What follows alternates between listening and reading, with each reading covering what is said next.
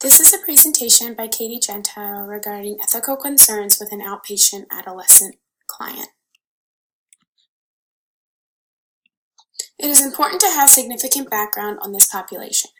Adolescents are described as individuals who are in transition from childhood to adulthood. Counseling this population can pose challenges as clients are encouraged to demonstrate autonomy. Building rapport and establishing trust is imperative to have successful therapeutic outcomes. The counselor's job is to support the client as they face challenges that may occur in their life. There are several common ethical concerns for adolescent clients. One concern is that due to the adolescents being on the cusp of adulthood, it may be difficult to provide complete ethical respect to their autonomy, as age difference may evoke power dynamics. Further, with regards to confidentiality, adolescent clients are entitled to the content of their sessions not being shared with parents outside of therapy. This can pose ethical dilemmas if the client discloses risky behaviors to the therapist.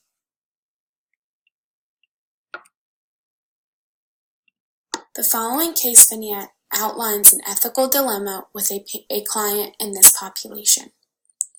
Alex is a 16-year-old female who is having difficulty making friends at school.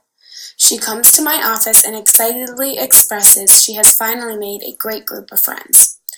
When asked about what activities she does with her friends, Alex expresses they spend their time, quote, hanging out and relaxing. She then informs me that sometimes they engage in drinking at night. When I ask if she feels pressured into drinking, she says she does, but she is so excited about having new friends, she would do anything to stay in their group. A week later, Alex comes back and tells me that she is skipping school and drinking all the time. The behavior is risky and Alex may be a harm to herself. However, she says she does not want her mother to know. Alex has signed a consent document stating that her care could be discussed with her mother in the case of risky and harmful behaviors. I don't want to betray Alex's verbal request, but she is possibly headed into even more dangerous situations. It is extremely important to reference the ethical decision-making model to ensure the best possible decisions as a counselor to make in this case. Remily and Harley 2016 employed 10 steps to ensuring the best ethical decision-making. Step 1 is to identify and define the problem. The facts of this case show there is an adolescent who is engaging in risky behavior, and she has verbally identified she wants this information to stay confidential, even though she has previously consented to informing her mother of risky and harmful acts. The issue of this case is that in no way do I want to betray my client's trust. However, I need to ensure that she is safe. The stakeholders in this case would be my client's mother, and myself as the counselor. The second step is to involve your client in the decision-making process.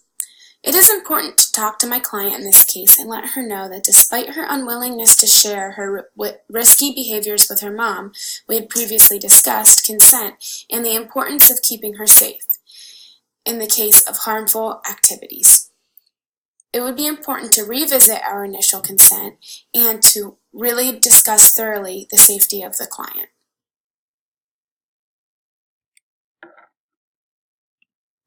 The third step is to reference relevant codes and professional literature. In Code B1C, Respect for Confidentiality, the code outlines that counselors protect the confidential information of prospective and current clients. Counselors disclose information only with appropriate consent or with sound legal or ethical justification. A second code that pertains to this case is B2A, Serious and Foreseeable Harm and Legal Requirements.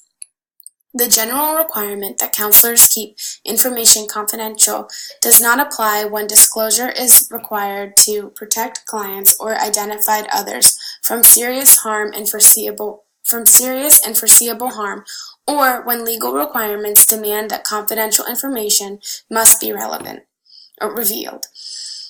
Counselors consult with other professionals when in doubt as to the validity of an exception.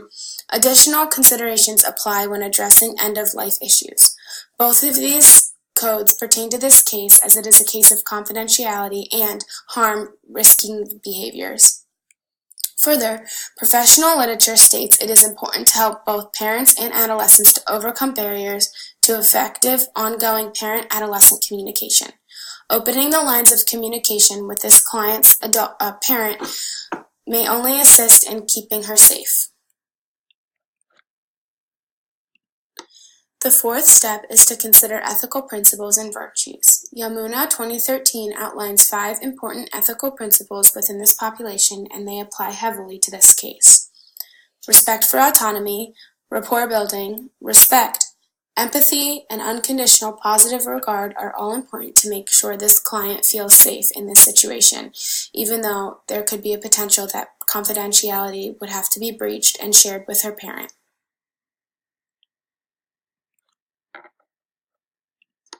When considering step 5, my feelings, I feel I am convicted about breaking my client's trust. She may resent me for this, and it may be detrimental to our therapeutic relationship. Considering how I once felt as an adolescent and the importance of respecting my client and our relationship, it is important to consider what the client might be feeling. I also want to make sure I keep my client safe no matter what, so this could be very challenging and make me feel very uncomfortable with what I may need to do, and that is to relay the risky behavior to the client's mother.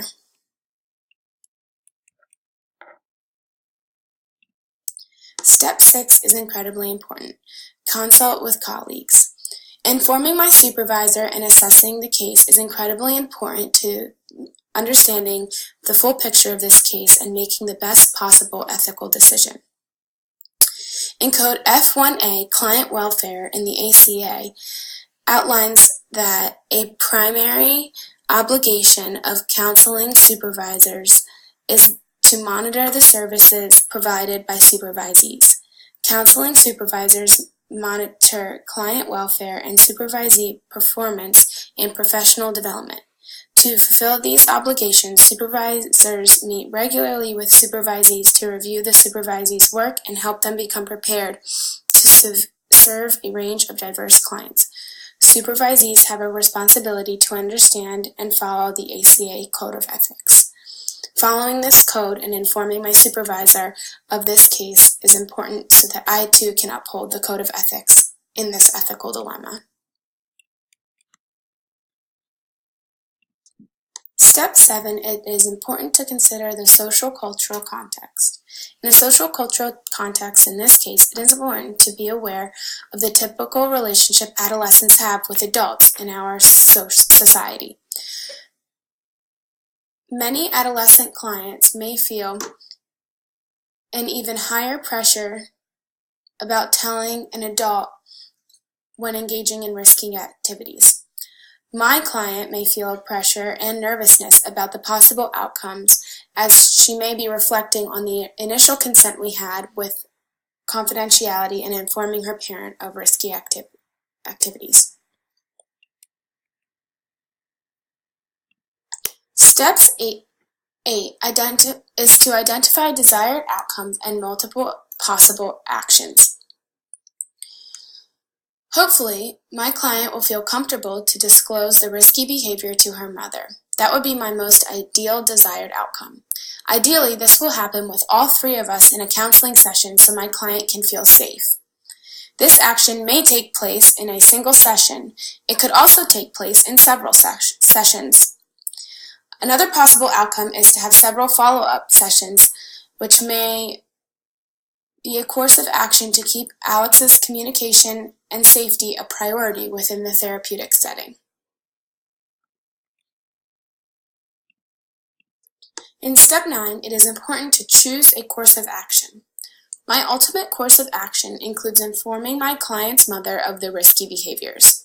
This may break my trust with my client. Ultimately, it would be ideal if my client could be part of the conversation.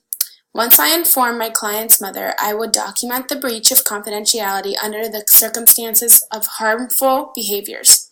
Finally, I would debrief with my supervisor to understand the course of action and the result of the action taken.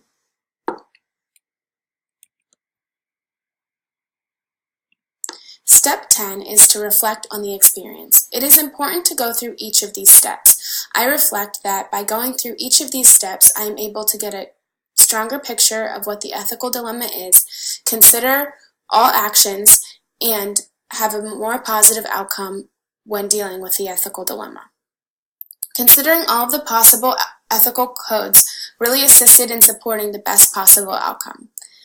Finally, being transparent with my client is key to upholding the therapeutic relationship and keeping her informed throughout the whole process of the ethical dilemma.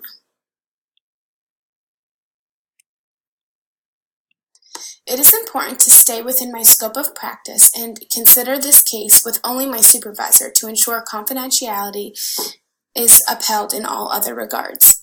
With consideration to role boundaries, it is important to be aware of our boundaries and not to make my client feel as though I am a parent or authority figure here to discipline her, and to be very intentional when relaying why it is important to share this information with her mother, and that it is being shared not because she is in trouble, but because I care for her safety.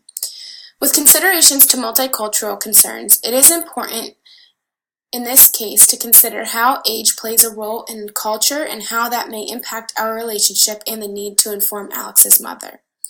Legal factors are also an important factor to consider. My client is engaging with underage drinking and skipping school.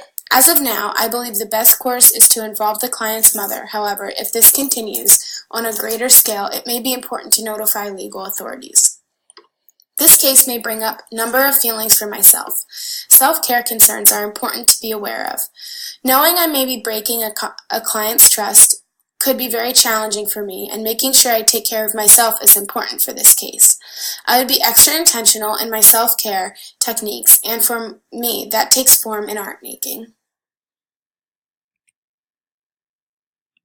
Thank you all for your attention during this presentation. My references for this presentation are on this final slide. Thank you.